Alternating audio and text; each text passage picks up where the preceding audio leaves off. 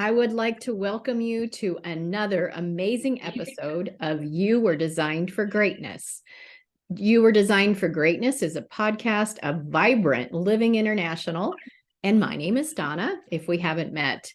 Our mission is to empower people, spirit, soul, and body, so we can stop identity theft, and I'm not talking about our credit cards. So I have an amazing guest. I have been looking forward to this interview with Cindy. We have fun every time we're together, and she's going to be sharing some things today. Cindy, introduce yourself. Tell us about you. I appreciate you having me on.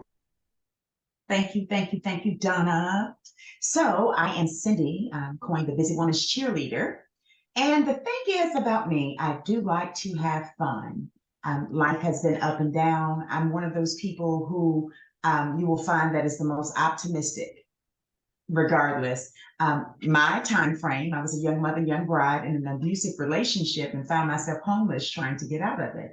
So even though I had advanced degrees, even though you're brought up to have faith and to know that you can overcome and outpower any of life's adversities, you have those hills and those valleys. So with me now, having been an accountant for almost 30 years and dealing a lot with different businesses, ladies in business, entrepreneurs, executives, leadership teams, I kind of take all of the wisdom, the experience, the hills and the valleys, and I basically encompass all of those into the services that I provide as the Busy Woman's Cheerleader.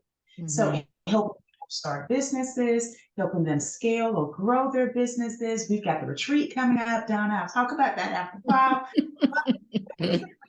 Life is set up in like little boxes. That's why I talk about balance all the time. So I do the same thing with my life. It's set up in little boxes. So a lot of times people say, well, with all the corporate frameworks that you're dealing with and all the different, people at different places and times and stages in life, what drives you? What is your passion? Well, that goes back to basically I've got my professionalism and then I have my passion. And my passion, basically, I advocate for homeless people, homeless families with children, homeless individuals. And part of that for years, Donna, it took me years to be strong enough to tell people my story about marriage. Yeah. Even it was 2011 where we formally incorporated and got the 501c3 for my charity, A Grateful Mind International. And I remember people asking me, why don't you just sit behind your desk and not deal with all the issues of these people? What is behind you dealing with these people, with these issues? I could barely get my word. I wasn't strong enough to talk about it. I'm feeling some emotions come up now. But I couldn't talk about it without breaking down to tell them the reason why I have a heart for the homeless people, not the ones up there with the signs that are hustling people, not that. You have the chronic homeless, and then you have those who just had a broken path, something broken. They don't know how to fix it. What we call in the industry, like the individual, well, it's like invisible homeless, because I was one of those with my daughter. I was one of those. When you looked at me on the outside, I looked like I didn't have a care in the world, but I was broken on the inside. Yeah. When you looked at me and I was going to work, I looked like I was okay, but I didn't know where I was going to sleep on my car at night, for a segment of time. So that is who I advocate for. That is most important, because you don't know, your child could be sitting beside a person who's slept in a van at night or slept on the park bench. You just never know. So my passion is to empower women, mind, body, spirit, and finances. And my passion as far as causes, I am very, very, very passionate about advocating for the homeless. Yeah. It is interesting when we very first begin to tell our story, though, as we do, how it does bring healing to us. Yes. I was the same way. My story of a teenage mom and all of the things that were around that, there was shame and embarrassment and anger and fear and insecurities and low self-esteem. I see you shaking your head, like you can relate to all of those kind of feelings. And when we've had some type of trauma, it matters, the trauma, but it doesn't, because we all have insecurity, anger, resentment, embarrassment, shame, blame, all of those cauldron of mixed emotions that are still in there, and we look like we have it all together on the outside. That's why I tell people, do not judge the book by its cover. Literally, do not. You have to flip the pages. There's a lot of colors. There's a lot of colors.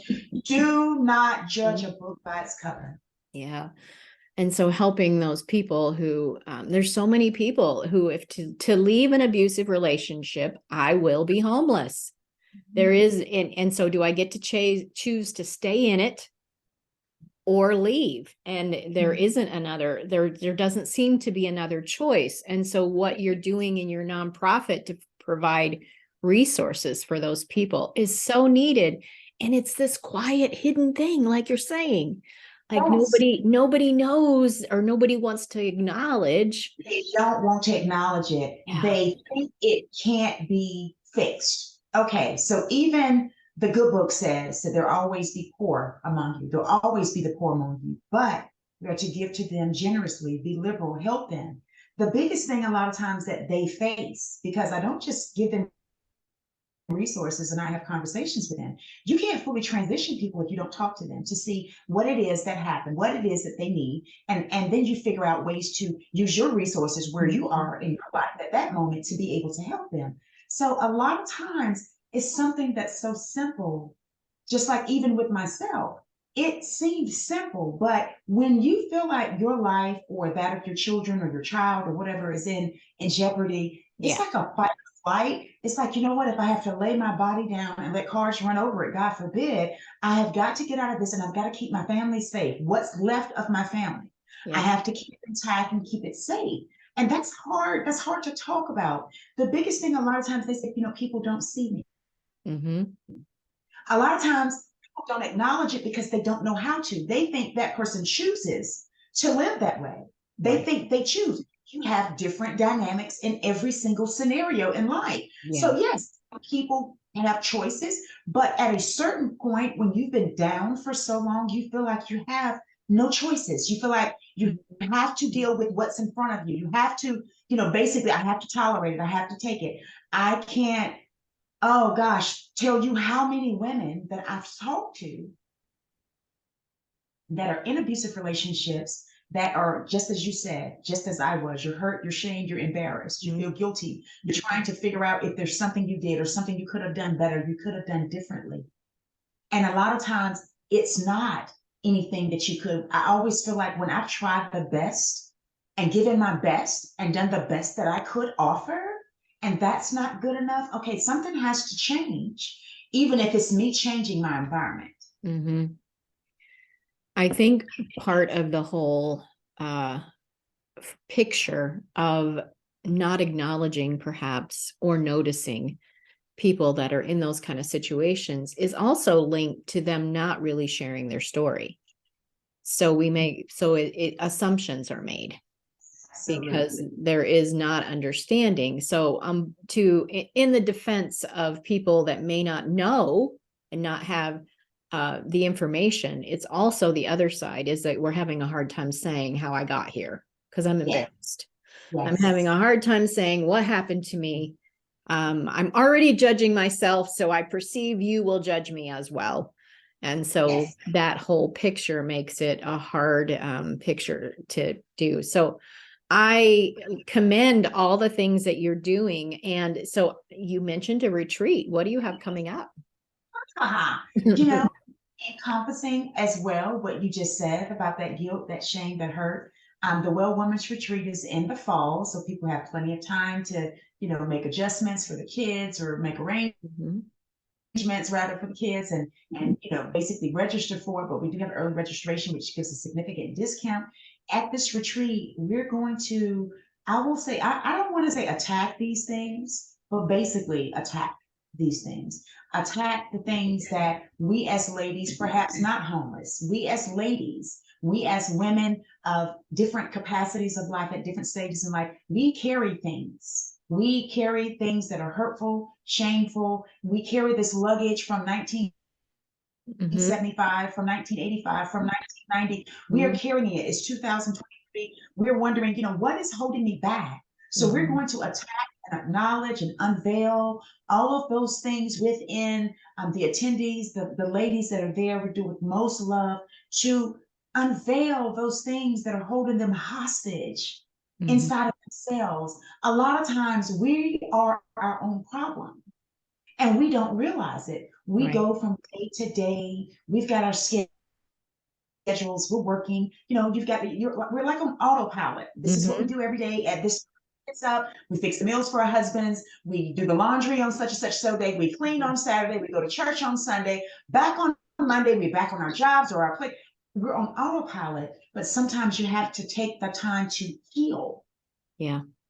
Genuinely heal, not just say I'm healed. When we have all of the ladies together and we are all on one page, on one accord, working together, we are such a powerful unit.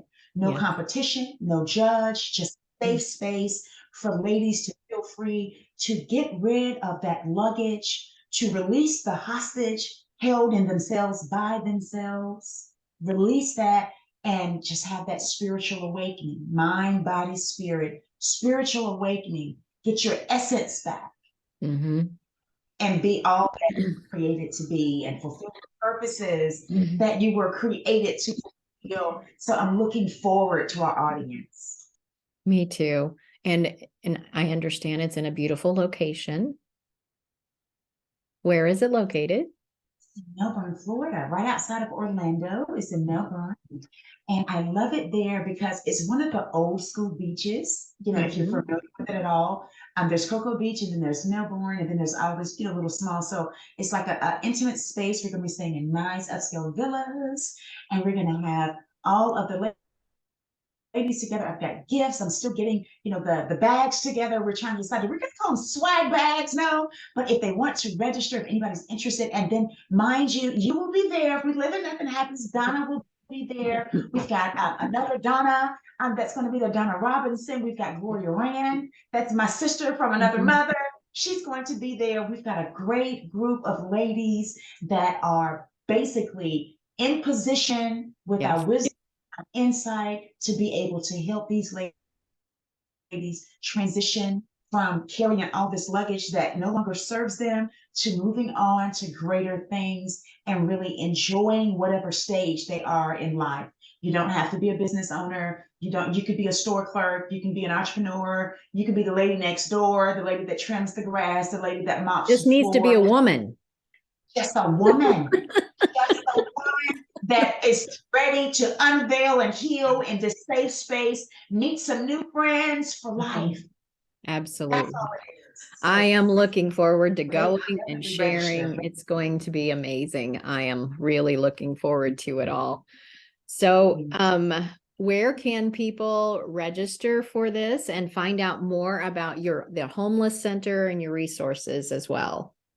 Okay. Well, the safe space is my website, thecindyrand.com. That's TheCindyRand.com. And basically there you will find the link. I'm thinking that they have the link right up at the top at the Women's Retreat, the Well Women's Retreat, so they can see it. And then also click on humanitarian and find out about the work that we're doing for the homeless. Awesome. So we'll put all of those links available in wherever you find this audio or video so that you will be able to access that. The Wellness Woman's Retreat. Isn't that a beautiful name? And wherever we find ourselves, we can get more well, get more vibrant. I like to use that word, to wherever we find ourselves. You will find encouragement, inspiration, and healing in this place. And so that is what you will find. And so I'm looking forward to all of that. So as we get ready to wrap up this time together, because we're going to have a lot more, but in this specific time together. For the woman who is feeling a little bit lost and all of those still emotions that are going on, or somewhere in between, what words of wisdom would you like to share with her today? Well, never give up, never become complacent. That's my flagship statement. You never become complacent. Understand that you always have options, you always have choices, even if you have to create those options for yourself and your choices. You always have options. And sometimes, no, I will say, you have to have someone that you confide in. You have to open your mouth. If you're feeling that way, if you're feeling, sometimes even neglect in relationships, we feel neglected in relationships. You have to open your mouth and voice it. Your voice is very important. Yes. Well, thank you, Cindy, for sharing your wisdom today, your inspiration, and a little bit of wake-up call that not to assume about people who may be homeless. We don't know anyone's story at all. I heard a story once. It was about a man, and he was on a subway, and he had 4 kids with him. And he was sitting there like he was dazed, kind of zoned out. And the 4 kids are swinging on the handrails and bumping into people and just being crazy. And everybody's getting irritated. So finally, someone says to him, "Would you control your children?" And he wakes up and says, "Oh, I'm sorry. We just came from their mother's funeral." Oh my goodness. And all of a sudden, everything is different. All of a sudden, the kid's behavior and his dazed expression makes sense. And we do that about people all the time. We don't know the story behind people's actions. And a lot of people are hurting. Yes. And they just don't know how to deal with what's going on in their lives. So thank you for what you do. Thank you for bringing increasing awareness and resources. And if anyone listening would like to donate and help, I'm sure that there's links on her website to contribute to this work so that women can make these transitions and learn to make better choices. And from there, so all of that is there. So as I close up here today, if you need support and you want it, I am always here as well. The link will also be available to schedule a call with me. I specialize in helping people turn their baggage into luggage and then building a vibrant life from there so that everything can be utilized for our good and growth. We just don't always know how. So I provide that wisdom and support to help you along your journey. You are not alone.